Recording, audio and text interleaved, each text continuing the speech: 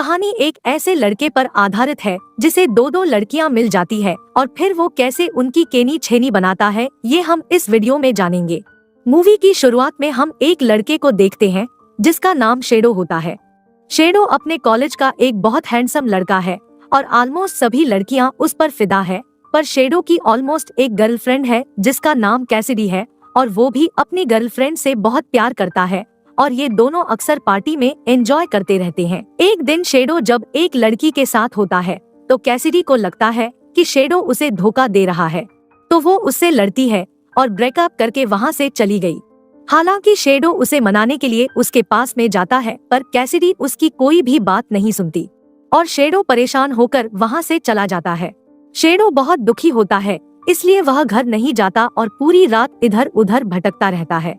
अगली सुबह वो प्लेग्राउंड में सो रहा होता है, तभी एमी नाम की लड़की उसे जगाती है। एमी भी शेडो के साथ उसके ही कॉलेज में पढ़ती है, इस वजह से उसने शेडो को तुरंत ही पहचान लिया।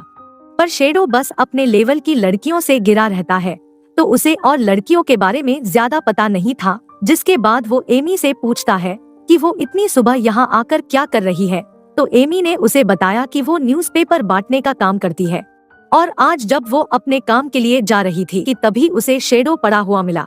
फिर दोनों यहाँ से निकलकर न्यूज़पेपर बांटते हैं, जिसके बाद शेडो एमी से पढ़ाई के लिए हेल्प मांगता है। एमी पढ़ने में काफी अच्छी थी।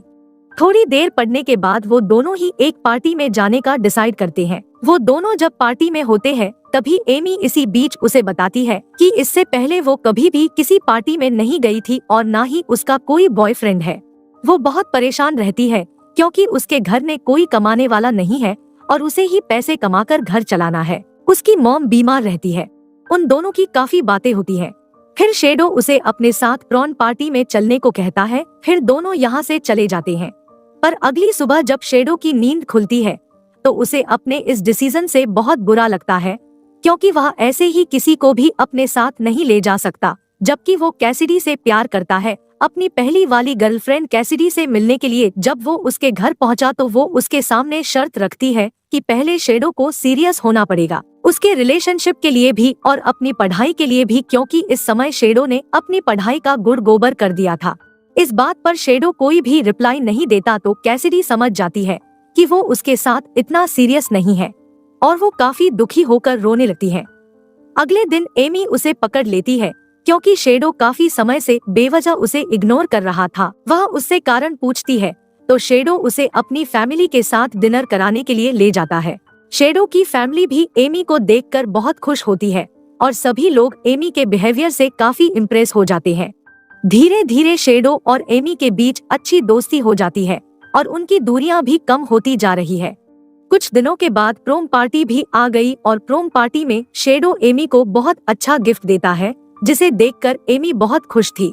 पर ये दोनों जब पार्टी में पहुंचे तो शेडो की नजर पूरे टाइम कैसिडी पर थी। यह एमी भी नोटिस कर लेती है, तो वो जलस फील करके उसे बोल देती है कि वो कैसिडी के साथ डांस कर सकता है और वह उसके साथ डांस भी करने लग जाता है। एमी को यह देखकर बहुत दुख होता है, पर वह उसे कुछ नहीं कहती।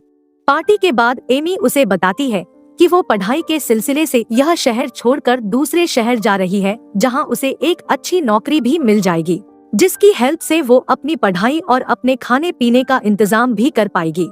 इस बीच कई और भी बातें होती है और हमें एक बात पता चलती है कि शेडो एक सिंगल पेरेंट है, मतलब वो अपनी मॉम के साथ रहता है पर उसके डैड नहीं है। जिस पर एमी उसे कहती है कि वह पता करे कि आखिरकार उसके डैड कौन है। शेडो भी अपनी मॉम के पास जाकर अपने डैड के लिए पूछने लगता है, पर उसकी मॉम उसे कुछ भी नहीं बताती। फिर यहाँ से शेडो सीधा अपनी बहन के घर पहुँचता है। वहाँ पहुँचकर वह अपनी बहन को बहुत मनाता है और उससे बहुत रिक्वेस्ट करता है कि वह उसके फादर का एड्रेस मुझे दे दे, जिस पर वो भी शेडो के फादर का एड्रेस दे देती है। जिसके बाद शेडो पहली बार अपने डैड से कॉल पर बात करता है और उनसे रिक्वेस्ट करता है कि वो उससे मिलने आए। वो भी इस पर हाँ बोल देते हैं और यह दोनों एक रेस्टोरेंट में मिलने का डिसाइड करते हैं। पर जब शेडो अपने डैड से मिलने के लिए पहुंचा तो उसके डैड अपने साथ और भी फ्रेंड्स को लेकर आए थे और सभी को शेडो से मिलवाते हैं। यहीं पर हम एक लड़की को देखते हैं जो शेडो के डैड की गर्लफ्रेंड है और जब उसे पता चलता है कि वह अपने एक्स के बेटे से मिलने आया है तो उसे बहुत गुस्सा आता है और वो वहाँ से चली जाती है। उसे मनाने के लिए शेडो के डैड तुरंत उसके पीछे पीछे चले जाते हैं और थोड़ी देर में मिलने का बोलकर उन्हें इंतजार करने को बोलते हैं। यह लोग काफी देर तक उनके वापस आने का इंतजार करते हैं, लेकिन काफी समय बाद भी वह नहीं आते, जिस पर शेडो को बहुत गुस्सा आता है और वो अपनी कार में एमी को बिठाकर घर जाने लगता है। एमी शेडो को काफी परेशान देखकर उसे समझाती है और कहती है कि वो हमेशा तुम्हारे साथ रहने के लिए तैयार है और वो उसे प्रपोज कर देती है। लेकिन शेडो को यह लगता है कि शायद वो मजाक कर रही है, तो वो उसकी बातों को सीरियस में नहीं लेता। फिर वो शेडो के पीछे पड़ जाती है। इस वजह से उनका एक्सीडेंट हो जाता है, लेकिन वो दोनों बच जाते हैं।